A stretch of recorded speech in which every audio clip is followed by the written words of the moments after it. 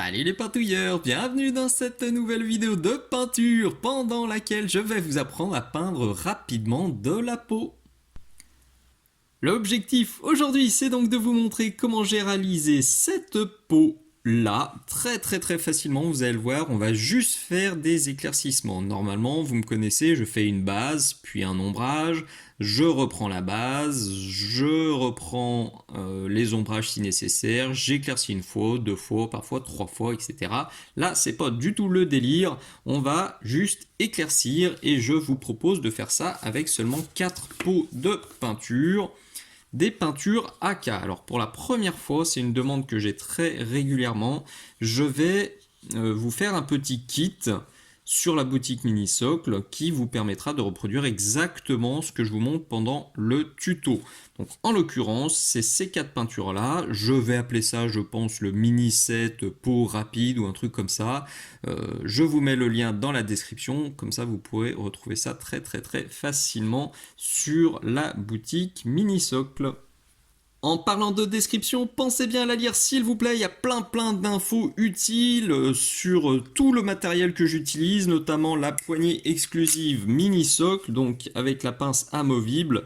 Vous pouvez acheter juste un corps et puis les pinces qui vont à côté, ou les petits bouchons si vous voulez planter vos figurines directement dessus. Vous trouverez les pinceaux que j'utilise, vous trouverez évidemment la peintouillette, le petit chiffon réutilisable qui est aussi une exclusivité Minisocle, donc c'est lavable, ça remplace le papier absorbant pour refaire la pointe et pour nettoyer le pinceau, et comme c'est lavable, c'est plus écologique, c'est plus économique, donc c'est bien cool. Vous trouverez aussi dans la description le lien vers ma page Patreon, puisque cette vidéo est une avant-première Patreon.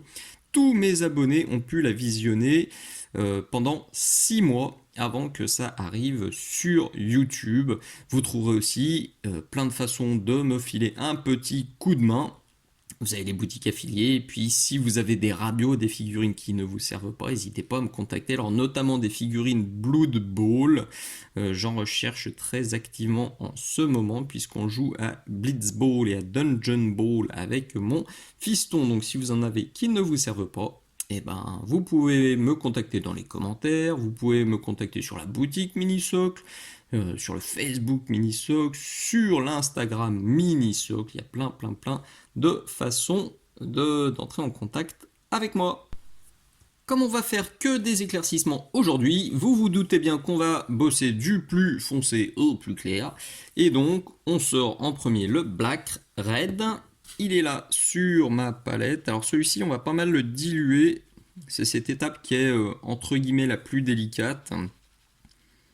Parce qu'on ne veut pas retoucher les ombres. Vous l'avez bien compris, donc faut pas se foirer. Je cherche la bonne dilution. C'est pas de la couche de base, c'est pas non plus du lavis, c'est entre deux. Faites voir sur l'ongle.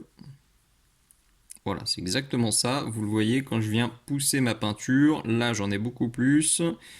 Et là, ça fait juste un petit voile. Donc le dégradé, il apparaît immédiatement. C'est quelque chose que j'explique dans cette vidéo-là. Si vous galérez avec la dilution, avec le tirage, poussage du pinceau, et ben, c'est une exclusivité Patreon. À l'heure où je tourne cette vidéo, il y a déjà 46 exclusivités Patreon, donc qui ne popperont jamais ailleurs, ça restera uniquement sur Patreon. Donc logiquement, quand cette vidéo va arriver sur YouTube, on sera à plus de 50 vidéos exclusives Patreon. Hop, bon, si on rapporte ça au prix de l'abonnement, ça fait 17-18 centimes la vidéo, et c'est pas très cher. Donc, on prend ça, on se cale bien, et on pousse vers le haut, comme je vous l'ai montré. Donc le but est d'essayer de rester bien sombre dans les creux, enfin dans les creux. Alors pas vraiment dans les creux, là, ces creux-là, je vais quand même les repasser, mais c'est surtout le dessous du biceps. Et puis cette zone-là qui est vachement sombre, je vais essayer de la conserver. Alors très important, je le dis très souvent aussi, notamment dans cette autre vidéo exclusive, Laissez bien sécher vos lavis, vos glacis avant de passer d'autres couches. Je vois trop souvent des élèves qui tirent leur peinture pendant 15 minutes et au final, ben, ça fait plein d'auréoles, ça fait plein de coups de pinceau, c'est pas joli.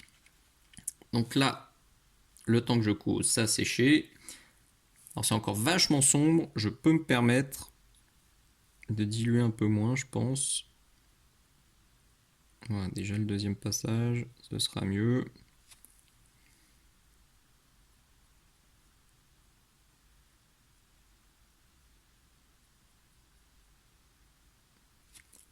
Bon, vous l'avez compris, moi je veux pas réombrer. Si vous galérez trop avec cette étape-là, vous arrachez pas les cheveux non plus. Vous pourrez toujours retoucher en prenant ça plus un petit peu de noir si vous avez foiré vos ombrages. Mais ça, je vais le faire 3 fois. Bien laisser sécher. Alors attendez, ouais, je vais me faire la main en attendant. Ah non, c'est pas une main, c'est un gant, c'est vrai.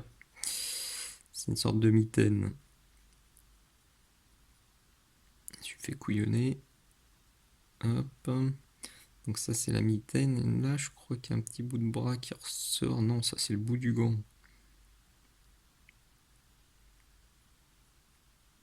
Hop, bon, faudra. Le but du jeu c'est que ça sèche ici. Voilà. Et là, on commence à avoir notre zone de rouge qui est bien plus nette, bien plus opaque. C'est ce que je voulais. Alors maintenant, warning puissance 20 000, cette technique que je vous montre là, elle est applicable pour des petites zones de peau où il n'y a pas un dégradé de psychopathe à faire. Ne faites pas ça sur des grosses zones de peau. Passez votre base avec ça et comme je vous dis, retravaillez un peu les ombrages. Sur une petite zone de peau comme ça, les petits coups de pinceau, ce sera très facile de les effacer. Sur des grosses zones, ce sera moins simple. Donc voilà, faites gaffe, c'est pas à appliquer sur tout les pitous. Voilà ce que j'ai au bout de 5 petites minutes. Le gros avantage sur cette figurine, c'est que je peignais de ce côté et le temps que ça sèche, je faisais là. Quand je revenais là, c'était sec et comme ça j'ai pu alterner et du coup, eh ben, ça s'est fait tout seul. Donc vous le voyez, en dessous, on voit encore le noir qui apparaît par transparence. Par contre, par-dessus, eh ben, on a bien notre black red super opaque. Donc ça, eh ben, c'est nickel, c'est exactement ce que je voulais. On va donc pouvoir passer à l'étape suivante et sortir le beige red. Alors on va pas l'utiliser pur parce que c'est un peu violent, je me suis fait un mélange là, vous avez donc le beige red, le black red, j'ai fait 2 gouttes de beige red pour une goutte de black red, ça vous donne à peu près ça.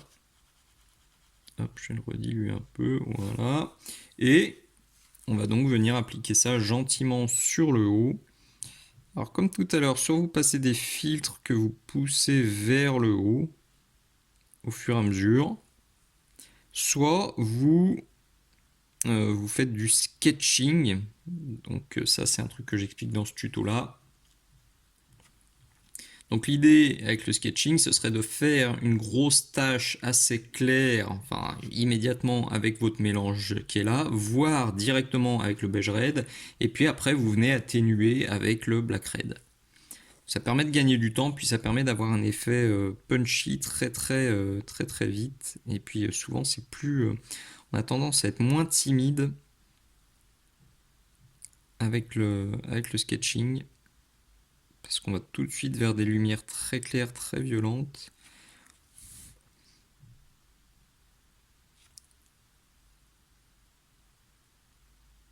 Alors, pas d'inquiétude, les premiers passages, souvent c'est moche. Faut pas flipper et surtout, faut bien garder en tête que si c'est pas bon, vous avez votre mélange, enfin vous avez votre black red qui est juste à côté que vous pouvez réutiliser pour fondre vos démarcations.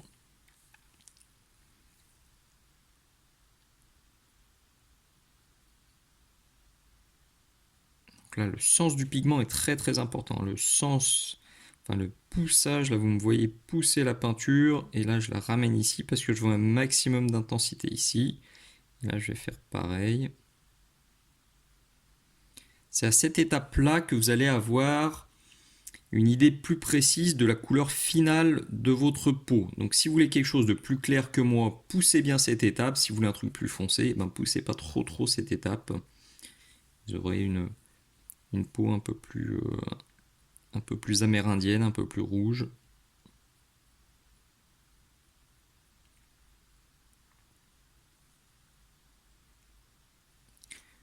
Voilà, donc ça, ce côté c'est fait. Je me vais faire tranquillement ce côté-là.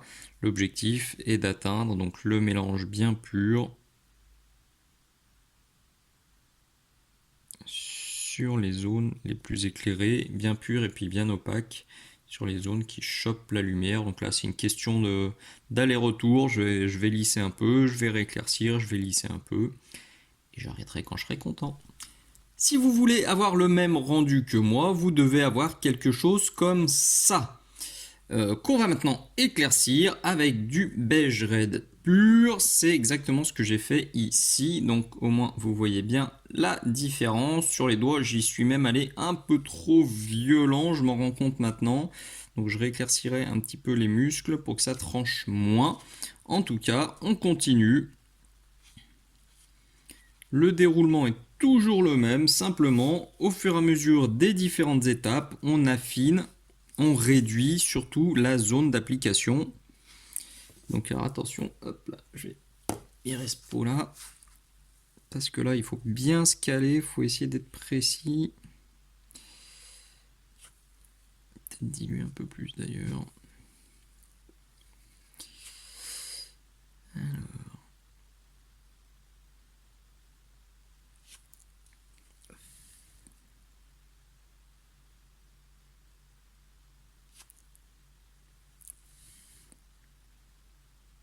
Je vais un petit peu moins causer parce que ça devient de plus en plus précis.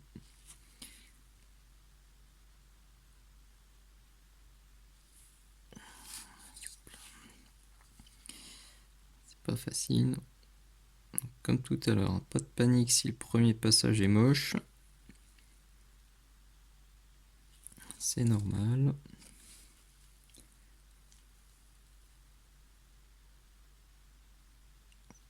C'est le temps de trouver la bonne dilution, trouver le bon geste, trouver la bonne quantité qu'on veut mettre aussi. Et si ça ne nous convient pas, eh ben, on vient tapoter les transitions gentiment avec la teinte de l'étape précédente.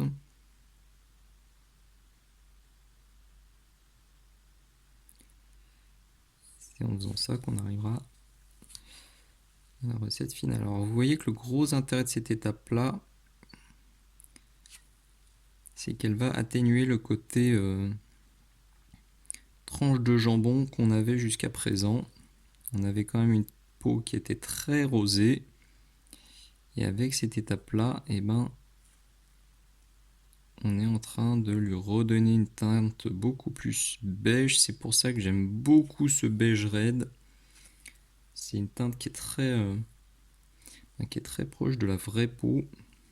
C'est pour ça qu'il m'a tapé dans l'œil et que j'avais envie de le mettre dans un petit kit de peau.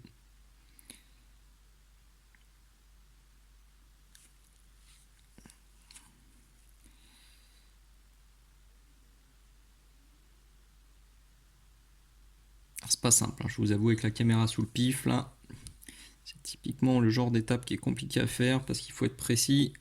Là, à gauche, j'ai un peu dérapé, donc là, je suis venu reprendre le mélange d'avant. Vous voyez, si jamais c'est pas beau, je viens effacer. Comme je l'expliquais tout à l'heure pour le sketching, c'est exactement ça. On vient mettre un truc violent et puis on vient gommer la transition tout gentiment. Alors je vais juste vérifier sous la lampe, si là il y a un truc qui me chafouine. Si, c'est bon. Donc ça c'est une astuce que j'explique ici. Quand vous voulez voir vraiment exactement le rendu de la lumière zénitale, bah, plaquez-vous sous la lampe. Et en fait, j'avais peur que la lumière soit ici et les ombres ici, mais non. Je viens de mettre sous la lampe et on a bien un éclairage maximum sur le bas et ça s'atténue en montant.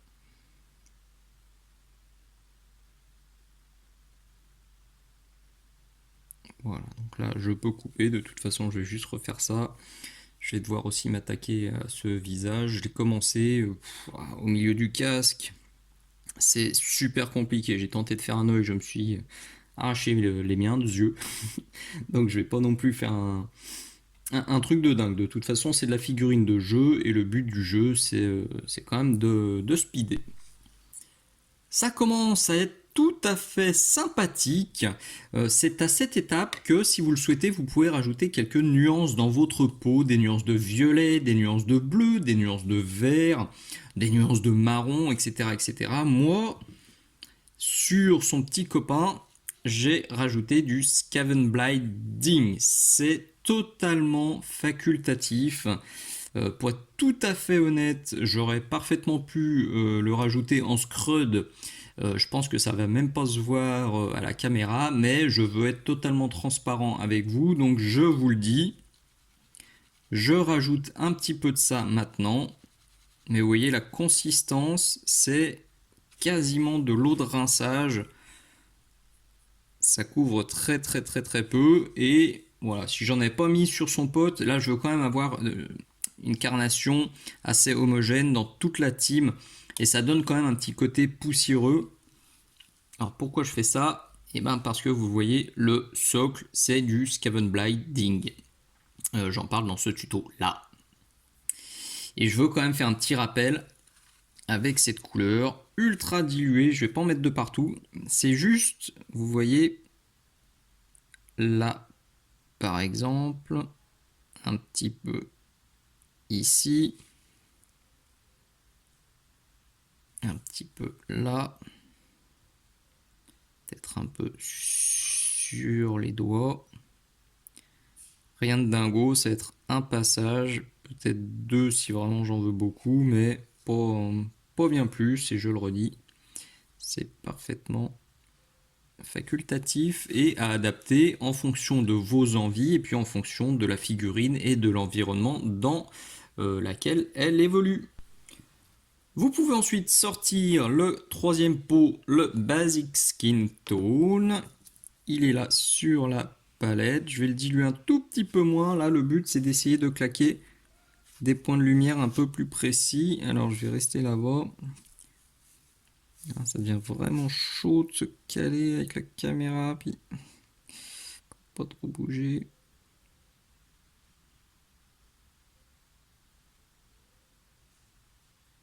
Oui, la zone d'application, ça va être un truc comme ça. Alors, sur le biceps, je vais volontairement venir faire mon point de lumière par ici.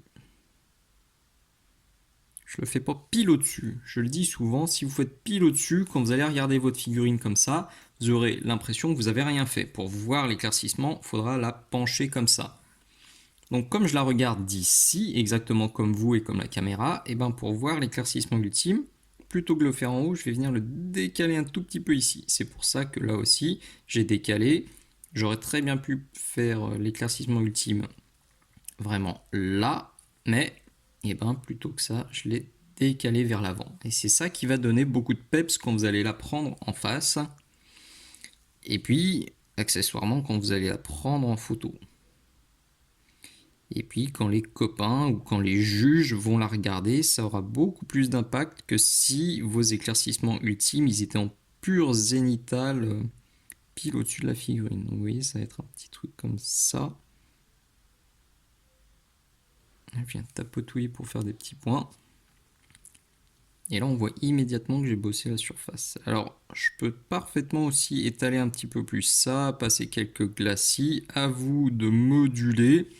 Moi, je vais essayer de me rapprocher le plus possible de lui. Alors, ça fait un moment que je n'ai pas regardé. Je pense qu'il est beaucoup plus clair. Ouais, c'est ça. Vous voyez, le biceps, là, il est beaucoup plus clair. Les avant-bras aussi. Donc, je vais quand même un peu éclaircir celui-ci avec le Basic Skin Tone, donc je vais l'étaler un tout petit peu plus que juste ces petits points de lumière ultimes. On pourrait parfaitement s'arrêter ici, mais je vais quand même rajouter des tout petits points de lumière avec de l'ivoire. Donc il est là sur la palette. Alors là, je vais même pas le filmer parce que il faut vraiment que je me cale et j'ai pas envie de me foirer parce que si je me foire, il faut tout recommencer. Donc ça va être juste être un petit point de lumière ici, un petit point ici, un tout petit point sur le biceps, un tout petit ici, sur les doigts qui sont en haut, etc. L'ivoire, je tenais à le mettre dans ce kit parce que, alors faites voir, est-ce que je l'ai là? Oui. Oui, c'est très proche du off-white que je vous présente dans toutes mes vidéos, que j'utilise tout le temps, pour éclaircir de la peau, pour éclaircir du cuir, pour éclaircir du vert. D'ailleurs, le vert, il est éclairci avec du off-white, donc j'aurais pu prendre l'ivoire. Le gris est éclairci à l'off-white.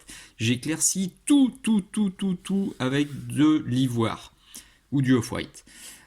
J'utilise du blanc pur uniquement pour les métaux non métalliques. Et encore, parfois j'utilise de l'ivoire.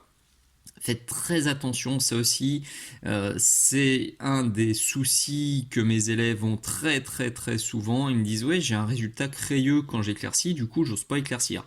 Et je leur demande qu'est-ce qu'ils utilisent comme blanc. Alors 9 fois sur 10, c'est du blanc d'une grande marque très connue qui, oui, a tendance à être crayeux.